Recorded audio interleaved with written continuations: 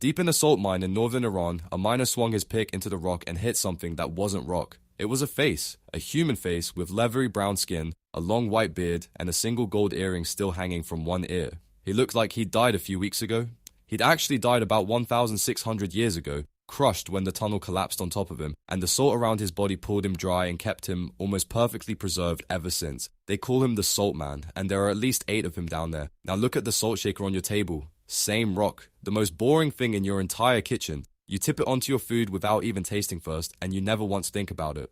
But here's the thing your body has never forgotten. You will die without it. Not in some slow dramatic way either. Run low enough on salt and your nerves stop firing properly. The fluid balance in your body falls apart. Your brain literally starts to swell and you're gone within days. Your body knows this. It has always known this. So somewhere deep in your brain there's a switch, an alarm wired straight into you that turns salt from something boring into something you would crawl over broken glass to get. Your ancestors felt that alarm screaming for 300,000 years. Some of them killed for salt. A lot of them died for it. And by the end of this, I'm going to show you exactly where that switch is and why it's still flipped on inside you right now.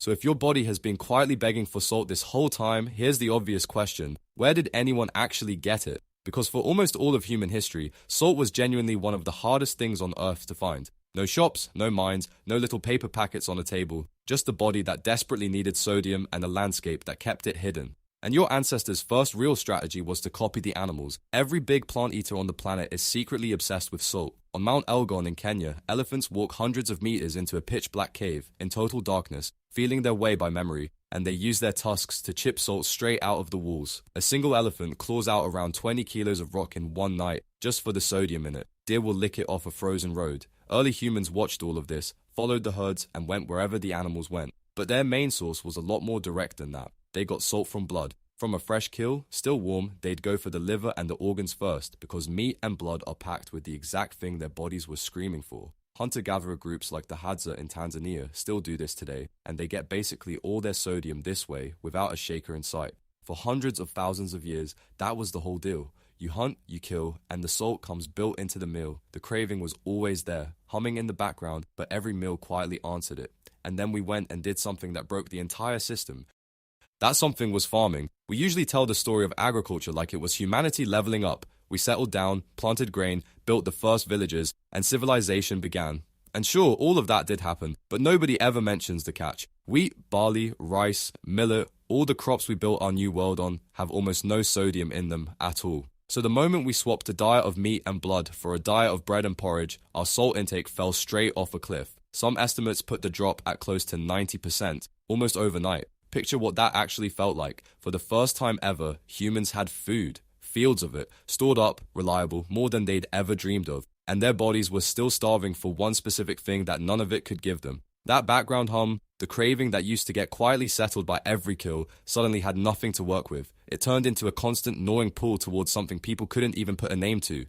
They just knew they needed it, badly, all the time, and that changed everything. Because once your food stops handing you salt for free, you don't just casually want it anymore. You have to go out and get it, on purpose. You have to find it, dig it, boil it, guard it. Farming didn't just give us bread, it quietly turned salt from something you stumbled across into something worth fighting over. And the second that happened, salt stopped being food, it became money.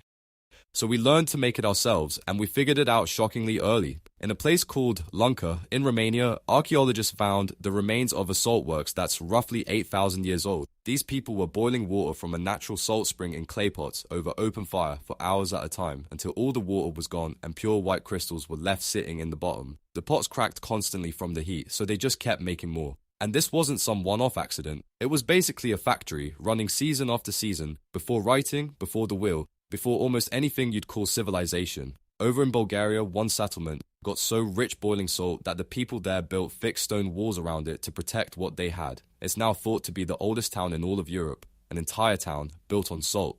And here's the detail that really gets me. The oldest stash of gold ever found anywhere on the planet turned up right nearby, and the best explanation anyone has for where that gold came from is the salt trade. The first real fortune in human history wasn't won by conquest, it was paid for in salt. Because salt could do something that felt almost like magic back then. It stopped food from rotting. Pack meat or fish in salt and it draws all the water out, and suddenly your food lasts for months instead of days. That meant you could store it, ship it, feed an army with it, survive a whole winter on it. No salt, no cities. So whoever controlled the salt controlled the food, and whoever controlled the food controlled everyone, which is exactly where this starts to get dark. Once salt was worth a fortune, people started killing for it. Across the Sahara, traders hauled heavy slabs of it 1,000 kilometers by camel, and in the driest markets deep inland, they'd swap it for close to its own weight in gold.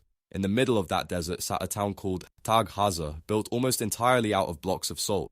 The houses, the walls, all of it cut from salt, and the only people living there were enslaved workers, hacking it out of the ground 20 days from the nearest food. If a supply caravan turned up late, they simply starved.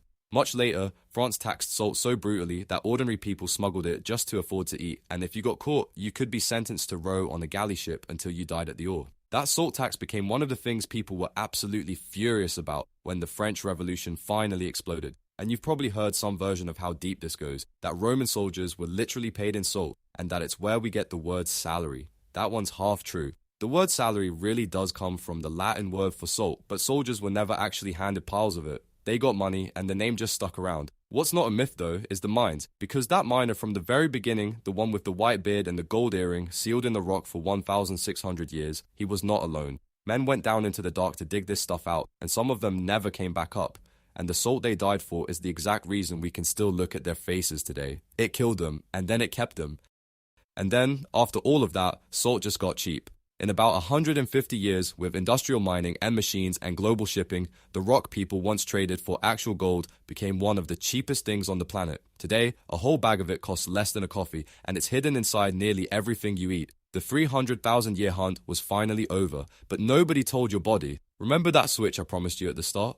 It's real, and scientists have actually found it. Deep in your brain, there's a small cluster of cells whose entire job is to track how much sodium you've got. And when you start running low, your body floods it with a hormone that flips those cells on and turns salt from background noise into a craving you genuinely cannot ignore. It isn't a bad habit, it isn't weak willpower, it's a survival system buried in the oldest part of you, and it fires in exactly the same way it did for someone starving on a savanna 100,000 years ago. The problem is, it was built for a world where salt was almost impossible to find. It has no idea that hunt is over, it has no idea it won, so it just never switches off. That's why you reach for the shaker before you've even tasted your food. That's why a bag of chips is basically impossible to stop eating. Your ancestors followed elephants into caves for this. They boiled it out of springs for hours, carried it across deserts, killed for it, and died in the dark for it. You just have to reach across the table. The search is over. But the thing inside you that went looking, that part never got the message. It's still hunting.